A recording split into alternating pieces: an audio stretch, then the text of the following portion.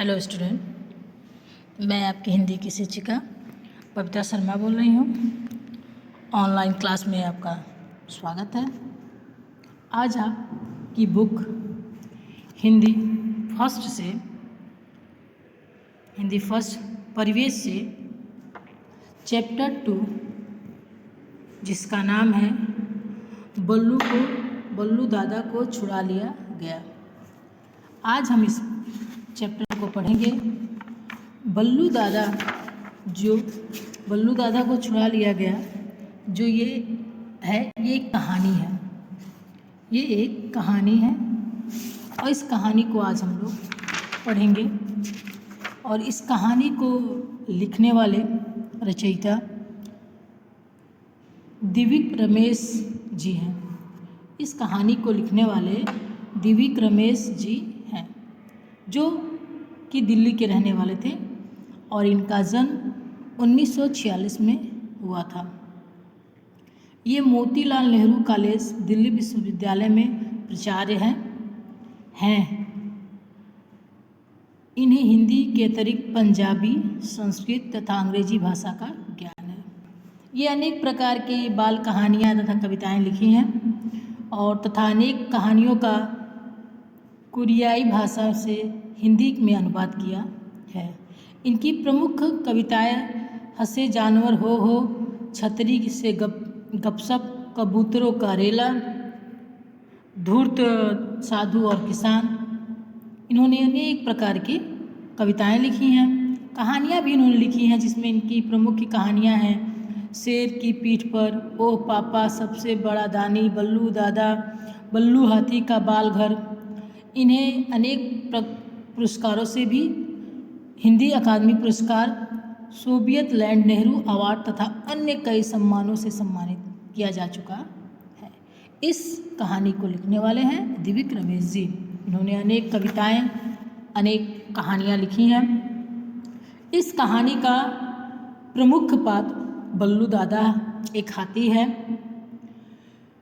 जंगल के जानवर जब काम पर जाते थे तो बल्लू दादा उनके बच्चों का बहुत ख्याल रखते थे। दिन भर सब बच्चे बल्लू दादा के साथ खेलते रहते और शाम को अपने घर चले जाते थे। एक बार बल्लू दादा को कुछ जानवर पकड़ कर ले गए।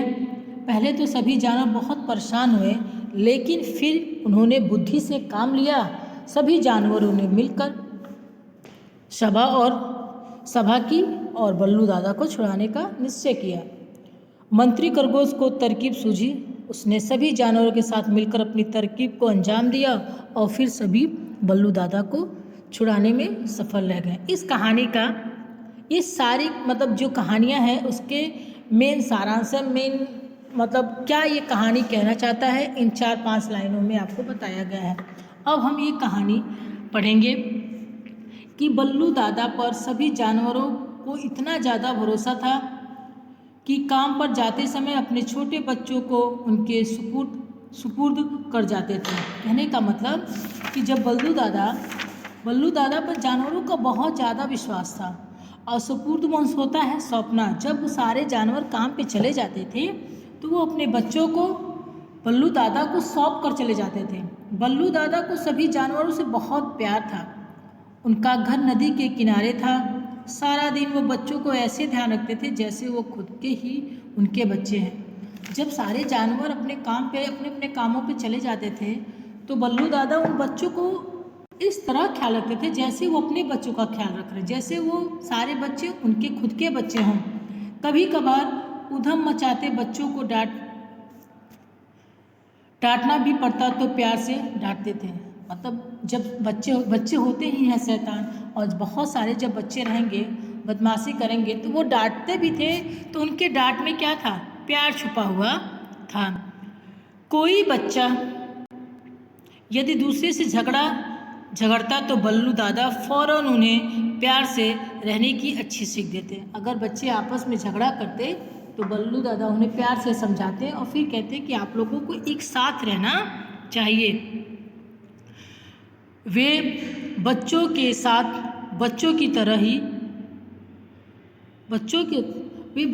साथ बच्चे की तरह हो जाते थे। मतलब वो बड़े थे, सबसे बड़े थे, वो बुजुर्ग थे, लेकिन वो बच्चों के साथ बच्चों की तरह ही हो जाते थे। शाम को नदी के पास सब बच्चों को इकट्ठा कर लेते। जब शाम होती तो सारे बच्चों को एक जगह इकट्ठा कर लेते थे, फिर अपनी सूंड से पानी भरकर उन पर फव्वारे की तरह पानी छोड़ते थे। जब शाम होती थी तो बल्लू दादा सारे बच्चों को इकट्ठा करके नदी के किनारे ले जाते थे और अपनी सूंड से पानी भर के सारे बच्चों पे फुहारे की तरह उन पे पानी छोड़ते थे। सब बच्चे खूब हा हा हू करते और मौज मनाते। उनके साथ बच्चे बहुत खुश थे। इसीलिए तो सारे जानवरों को बल्लू दादा पे बहुत ज़्यादा विश्वास था और बल्लू दादा उनके बच्चों को अपने बच्चों जैसा ही मानते थे।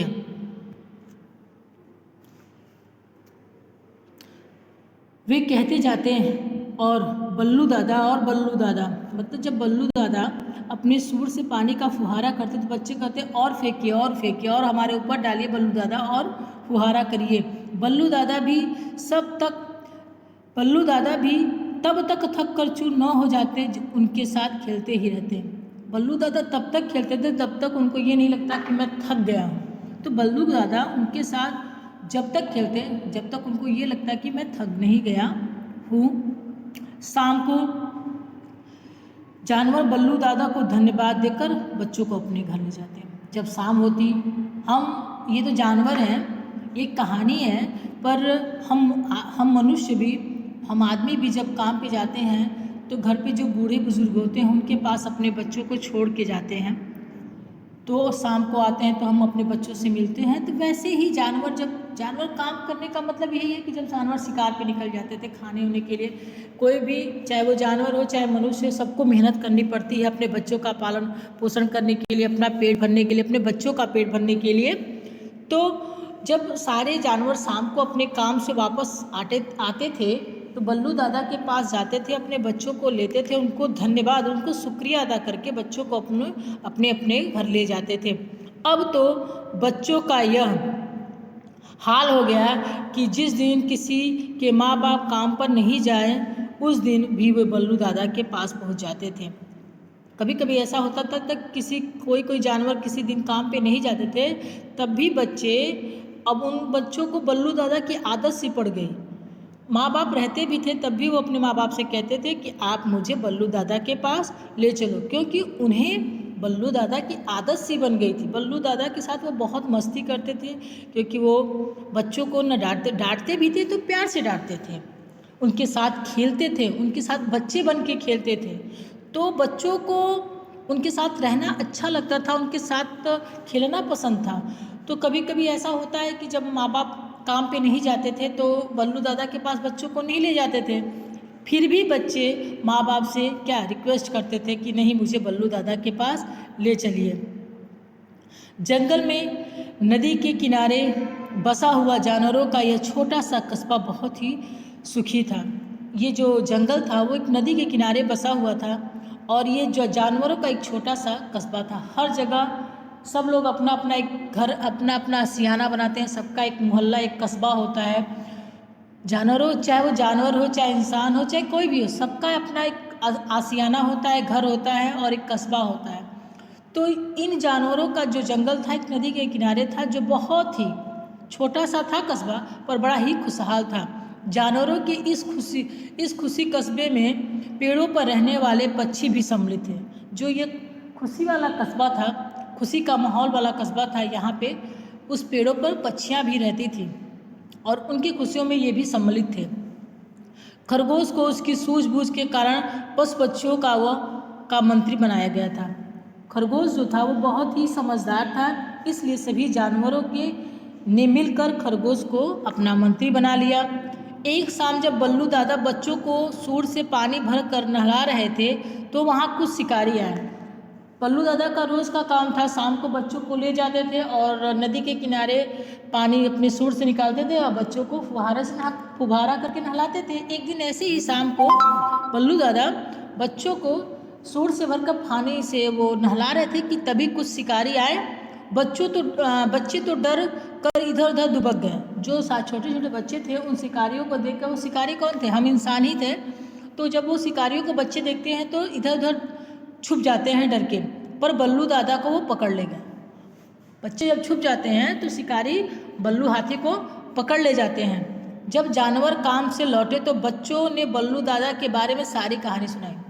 जब सारे जानवर शाम को अपने काम से लौटे और बल्लू दादा को नहीं देखे तो बच्चों ने सारी कहानी बताई कि बल्लू दादा को कुछ शिकारी पकड़ के ले गए हैं। सारे जानवर बहुत उदास हो गए। उन्हें शिकारियों पे क्या आया, गुस्सा आया, क्रोध आया। जब सारे जानवरों को पता चला कि कुछ शिकारी आए और बल्लू हाथी को पकड़ के ले गए, बल्लू दादा को पकड़ के ले गए, तो जितने भी जानवर थे वो पहले तो उदास हुए, फिर उन शिकारियों पे क्रोधित भी हुए, गुस्सा भी हुए। सभी जानवरों ने तुरंत बरगद के विशाल पेड़ के नीचे एक सभा बुलाई। जानवर अपनी भाषा बोलते हैं और हर एक जानवर दूसरे जानवर की भाषा को समझता है। उनकी अपनी भाषा होती है, वो हम नहीं समझते हैं, लेकिन जानवर जानवरों की भाषा समझते हैं। तो जैसे हम मनुष्य के ऊपर कोई मुसीबत होती है, हमारी फैमिली पे कोई समस्या आती है, तो पूरी फैमिली मिलकर उस समस्या का समाधान करता है। वैसे ही जब बल्लू दादा को शिकारी पकड़ के ले गए तो सभी जानवरों ने एक बरगद का बहुत विशाल पेड़ था, उसके नीचे एक सभा बैठाते हैं। सभी इस बात पर सहमत थे कि बल्लू दादा को किसी भी कीमत पर छुड़ाना है तो छुड़ाना है। आखिर उन्होंने सुख दुख में सदा जानवरों का साथ दिया। जब गोष्ठी बैठी, जब सभा बैठी, तो सारे जानवरों का यही एक मत था कि किसी भी कारण, किसी भी कीमत से हमें बल्लू दादा को छुड़ाना है, क्योंकि उन्होंने हमारे सुख और दुख में बहुत ही साथ दिया है। मंत्री खरगोश गरज कर पूछा, क्या आप जोखिम उठाने को तैयार हैं?